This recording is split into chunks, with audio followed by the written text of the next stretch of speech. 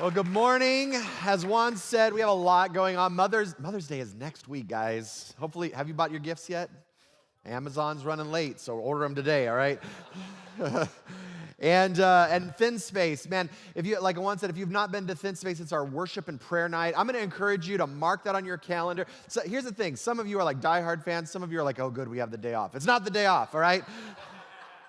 This is actually the Sunday to invite people. Let's pack this place out like that night. It is a beautiful, beautiful opportunity to connect together. Well, let's pray before we dive into our conversation this morning. Jesus, we are so grateful for your presence here, and I thank you that you meet us in places like this. I pray that you would continue to speak to us about who we are, who you've called us to be, that we might become the women and men that you dream for us to be. So we are so grateful in Jesus' name. Amen and amen. Well, we are in the last week of our series called Unplugged. And some of you are like, thank God, because we have been in the middle of a media fast as a community. And we've been looking at the impact that tech and media has on our hearts. Not in a way that vilifies tech, because we are a very high-tech community, and I'm here for all of it, right? If you know me, I am like, what's the latest piece of technology, and how do we integrate that into everything that we do? Because here's the thing, it's easy to blame the current tech media lightning rod for the human condition. Because what we love to do as human beings is we don't like looking at our own hearts and our own lives and our own minds. We like looking at the mechanism that we think is responsible for our lives, right? So we go on the diet doesn't work. It's not our fault. It's the diet's fault, right? We get to the end of the month and we've spent all our money and we are broke and now we're diving into debt, and it's not my fault. It's the man, right? It's the man's fault over there for whatever we're doing. We get busy and our lives are full, and rather than just saying, I have chosen to overschedule myself, we just say, oh, my schedule's so crazy, right? As if all of us had a personal assistant called a schedule that schedules our time for us. It's us that make the decision. It's easy to blame the lightning rod. So maybe we haven't looked at the impact of tech and media on the human condition. Maybe we've been taking a look at the human heart and the human mind, and how technology has just been the perfect latest iteration of a distraction for us to keep us from examining what's taking place over here. And we've looked at what it looks like to choose a life of devotion over distraction. We've examined what AI looks like for us, how to use it, and what it can never take away from the human condition. Last week, we looked about what it means to live a life living in the frequency of God, and how to fully own that and to step into that.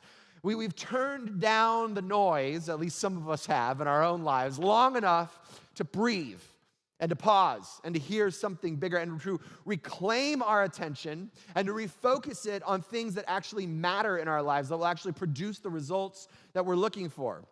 And this is actually a very interesting place to be, where we've turned down the noise and we've attempted to shift our attention and our devotion from screen to spirit, and now we find ourselves here, a little more focused, a little more time, a little more energy. We were rewiring some of our neural pathways that have been there. But when we turn down the noise, some of you in the room have felt peace.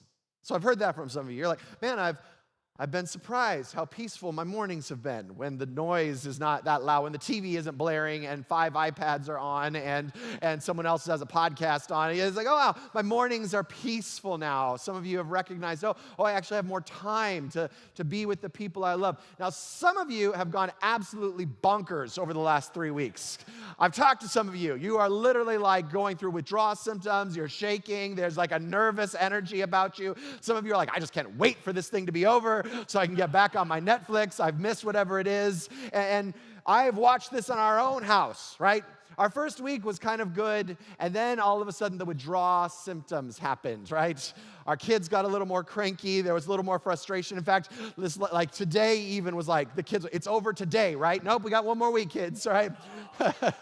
Got one more week that we're heading into with this. And there's something inside of us that resists in these moments, because what many of us have realized is that these screens aren't just filling time, but they're actually distracting us from a voice that is attempting to speak to us. It's not just extra noise that's the problem. It's the noise that drowns out the one noise that actually matters, that's calling us into something else. There's this moment where the people of God, the Israelites, find themselves in an interesting predicament because they've been taken over by the Amalekites, this enemy.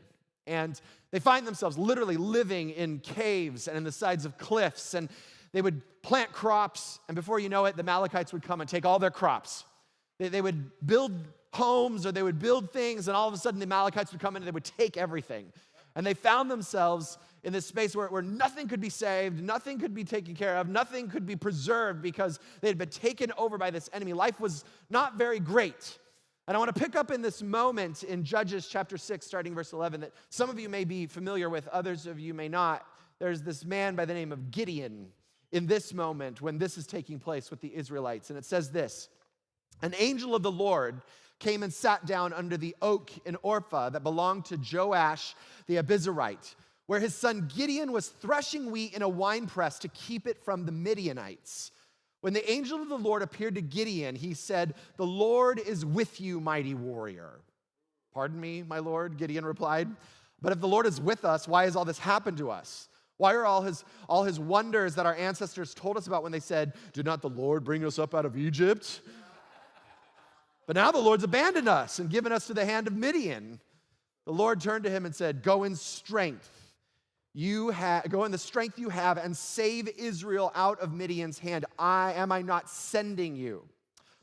"Pardon me, my lord," Gideon replied, "but how can I save Israel? My clan is the weakest in Manasseh, and I am the least in my family." And the Lord answered, "I will be with you, and you will strike down the Midianites, leaving none alive." Now here's Gideon, and he is threshing wheat in a wine press, which is essentially this hole in the ground. Now, it's been a minute since I've threshed wheat.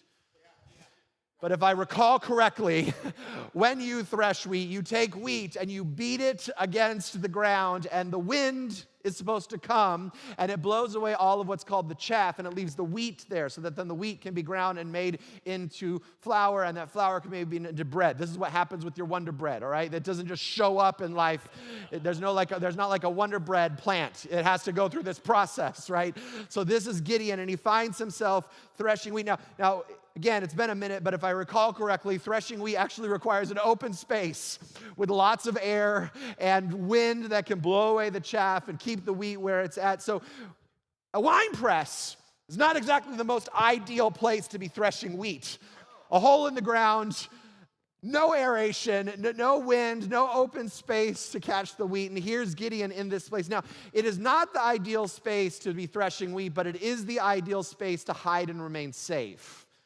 And that's where Gideon finds himself, especially if you have an enemy that comes and steals everything the moment that you are doing it, right?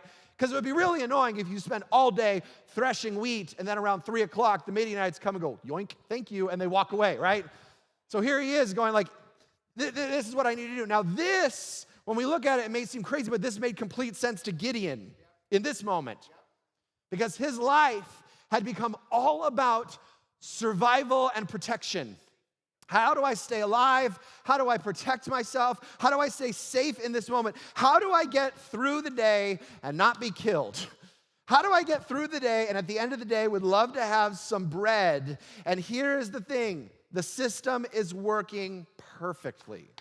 It's working perfectly. He's not dead. He has bread. He's alive. It's all good.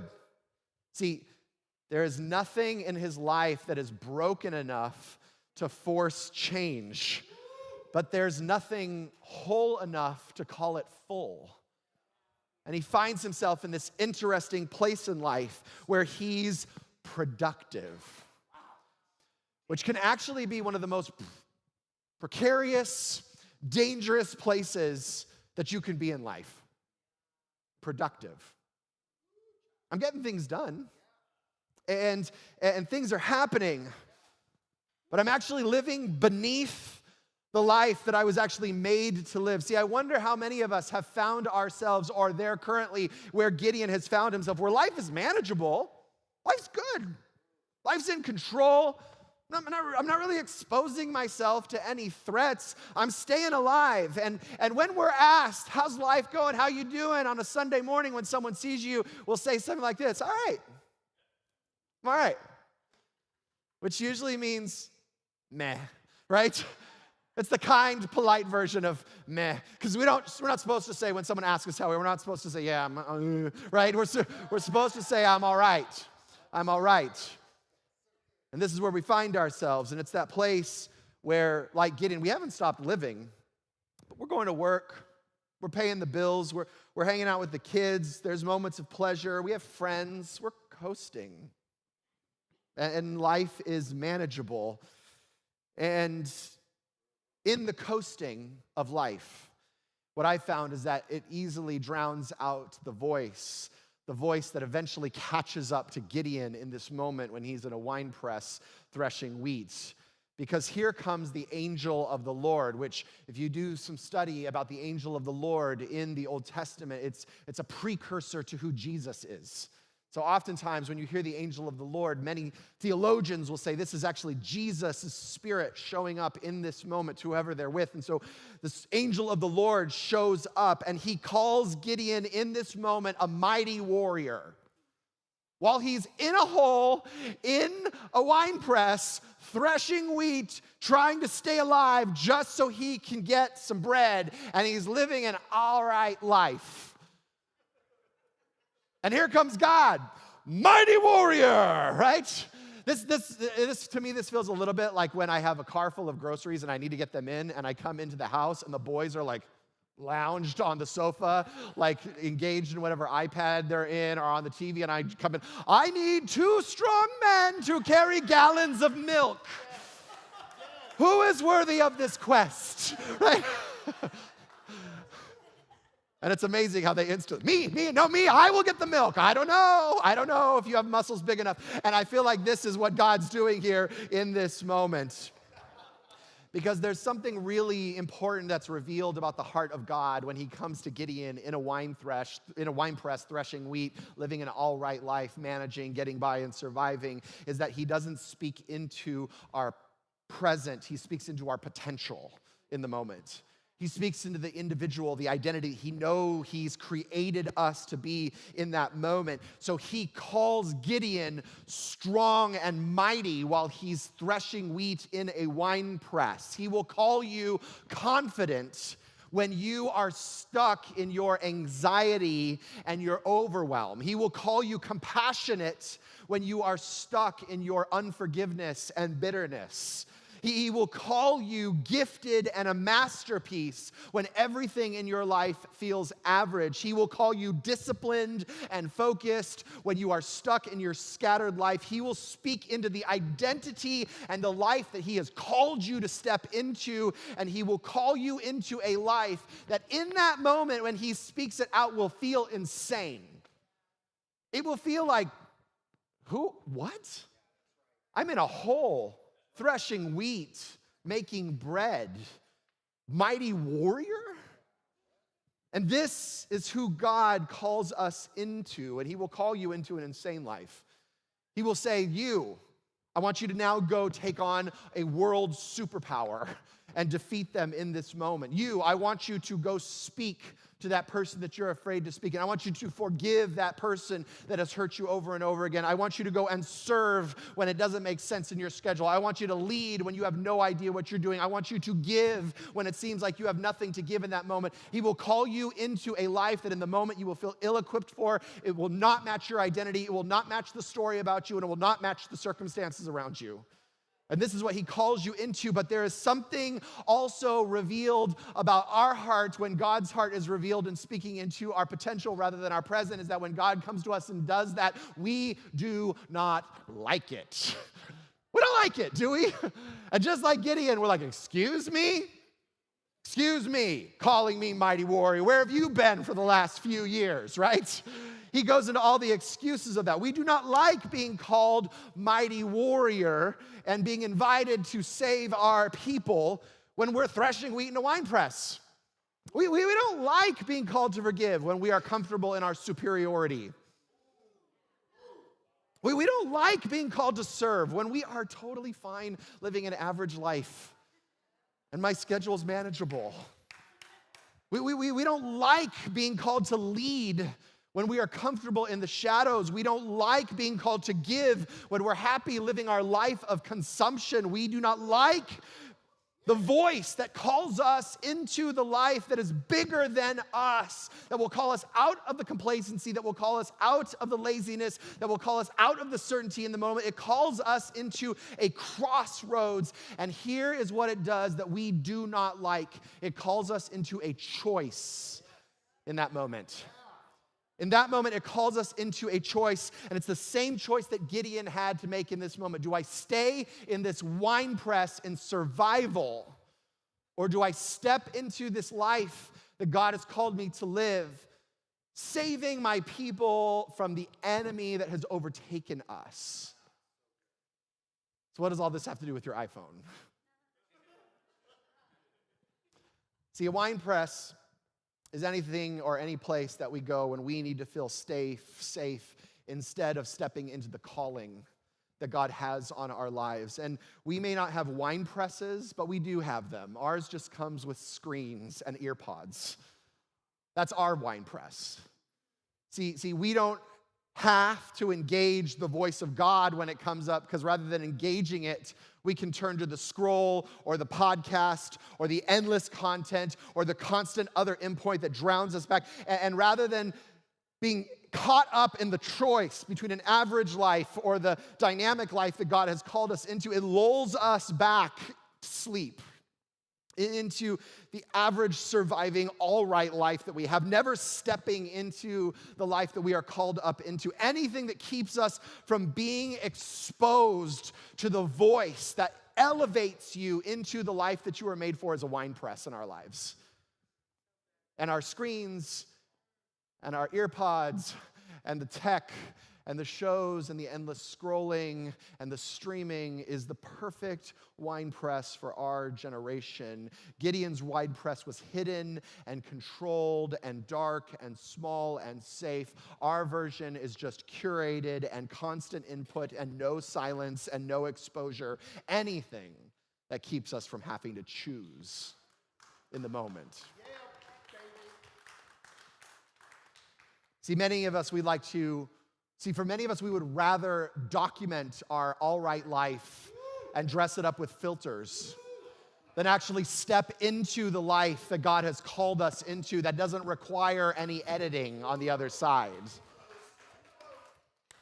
I was listening to a podcast the other day, which, by the way, nowhere in this media fast did it say you were supposed to give up all tech, all right?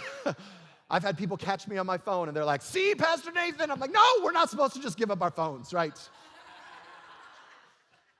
So, I was listening to a podcast the other day with a very well-known sociologist. That was not an hour before bed and not an hour after bed and not on my day off, all right? So, and when asked, what will this generation be known as or known for? He paused and he said, the answer is actually pretty obvious. I'm trying to give you the most PC version of it. And he said, this generation, which means if you're alive today, this generation, he said, this generation will be the most risk-averse generation ever seen before. That we are allergic to taking risks. That we are allergic to stepping out in the unknown, into the uncertain, into the areas that feel scary to us. And we have bought into the lie that is better to live a small and safe life than to risk stepping out and potentially face being hurt or, God forbid, failure. And so we would rather live a manageable life where we are lulled back into the average, all right, everyday living than step into the potential of being hurt or let down or fail. And we have managed to keep things manageable because risk of exposure is uncomfortable and discomfort is exactly what all the distractions help us avoid. I don't want my life to be uncomfortable. So we don't use technology just to pass time. We use it to avoid what feels costly in the moment. And here's the thing. If you're anything like me, there's this assumption that if I drown out the voice of God long enough, if I just ignore it long enough, if I put it off with another scroll, or if I put it off with another podcast, or if I put it off with another stream, then maybe he'll stop talking. And eventually, he'll stop bugging me, and I can just go back to living my all right life, which was fine. I'm pressing wheat in a wine press. Life is good. No one's dying. Everything's okay. Can we just go back to that and stop bugging me about this mighty warrior business, about saving your people? But here's the thing, is that God is super annoying. In the sense that he doesn't ever shut up about it. He doesn't stop. He doesn't stop engaging it. That we think eventually we'll stop hearing this need to go make our mark and to go live the life that he's called us to, take the risks that we know we were made for, that God will eventually go away with all the mighty warrior business. And here's the problem, he just doesn't. He just keeps talking and inviting and calling and reframing our identity. And the problem is that he doesn't shut up, so we just need more distraction. We need it to be louder, we need it to be more frequent, it needs to be more brighter, it needs to be flashier, and so we just need more attention starving elements in our lives because we have to drown it out with something else, which is why when we're left in silence, it's not peaceful, it's painful, because now the voice catches back up to us. And it's easier to scroll than to step into something that might require courage of us. The silence doesn't create the problems, it just reveals them. It reveals where we've been holding and unwilling to step into this calling on our life. So when you remove the noise, what's left? It's probably that conversation that you've been avoiding. That God is saying, hey, I need you to have this conversation with that best friend, with your spouse, with your girlfriend that you have been avoiding because you're so afraid that if you have that, everything's going to blow up. What's left is that decision that you've been delaying because it's easier to not make a decision than make one, and so it's just been on the back burner from everything. It's that calling that you've minimized, that you've said, well, I got time. Maybe in a few years when I'm ready, I'll get to it.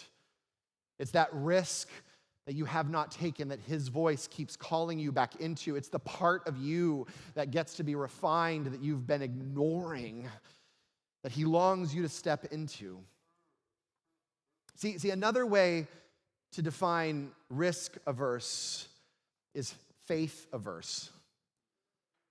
See, I think for most of us, it's not that we're risk averse, it's that we're faith averse. See, because when you look at the calling that God has on your life, but when you actually hear God saying, mighty warrior, you who are scared to death sitting in a wine press threshing wheat, I know you're horrified. You are going to be the one who saves your people in your strength. That's you. It should scare you to death. Here's the thing. If it doesn't scare you to death, it's probably not God's voice.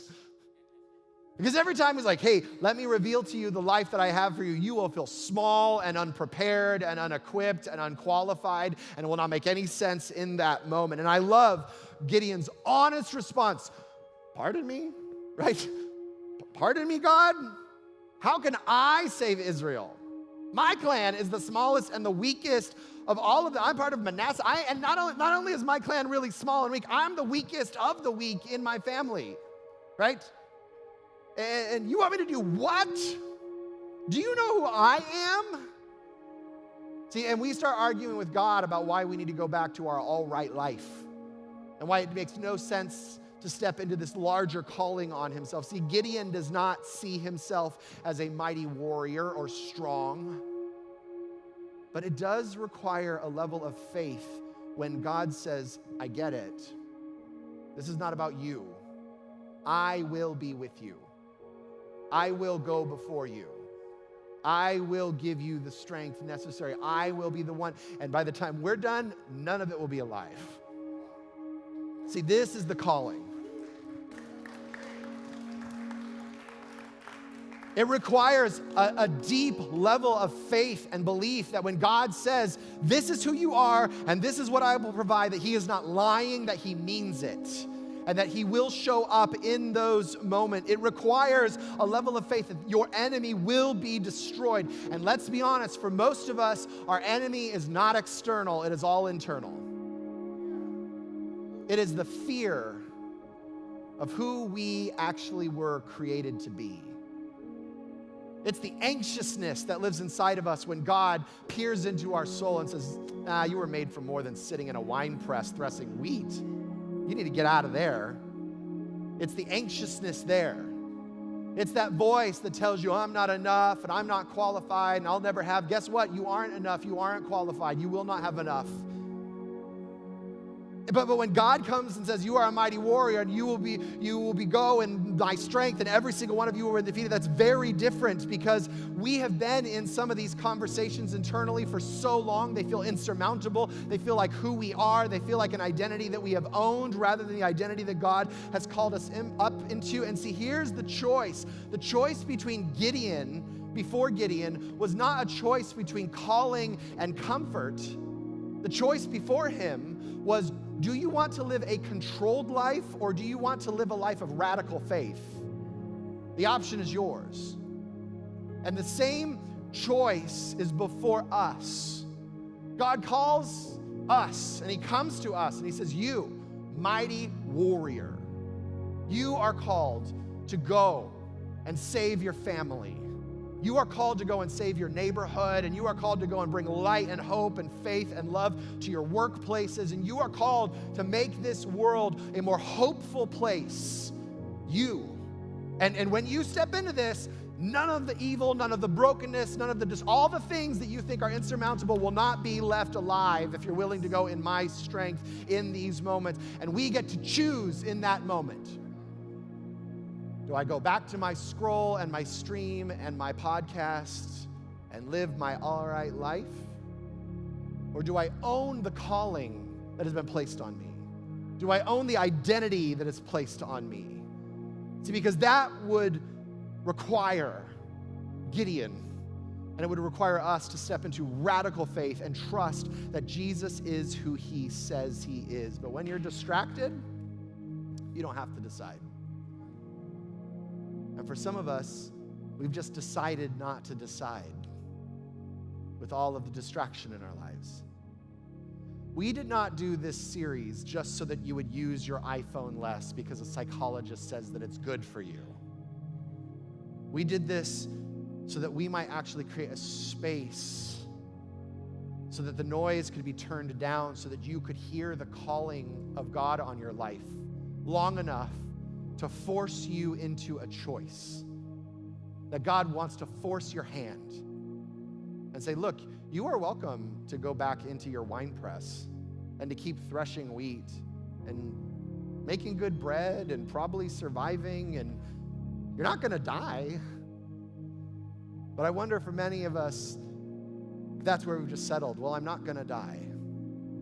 Rather than say, but there's this other option available to you. A calling on your life, a mark that you were made to make on the world. See, the goal was never to have less noise in your life. The goal was to respond to the one noise that matters, the voice of God that is inviting you into the most adventurous possibility and future that is available to you. And so today, I believe God wants to force your hand. As we end this season of fasting, which, by the way, this week, your fast is going to be this, to choose what you want to keep. That's week 4. Some of you, you've been, man, I've gone without tech in the morning and at night. I've deleted apps. I've given myself some time. This week, here's the invitation. Just pick what you want to keep in your life and destroy the rest. But here's what I'm going to invite you is leave space to hear. Live space that forces you to choose. Leave space to hear God's voice long enough that it's annoying, that you might have a moment to step into the life that you were made to live by God. Would you just close your eyes for a moment? I talk to so many people who say, I just need a different life. I need a different career. I need better finances. I need a different spouse. I need different kids. I need a different whatever. You actually don't need a different life. You just need faith to step into the life that God has called you into. There is no bigger life. There is no more abundant life. There is no more resourced life than the one He is longing to call you into. So you, mighty man of valor. So you, mighty woman of valor, filled with strength. What is the step in front of you that God has already called you to step into? That identity spoken over you may even seem strange this morning from where you're at. And you might even say, Nathan, don't call me a mighty warrior. Don't call me strong. If you only knew. And like Gideon, I'm sure you have all the excuses in the world, but it's not me calling you. It's the creator of the universe, the creator of your soul, speaking into you today.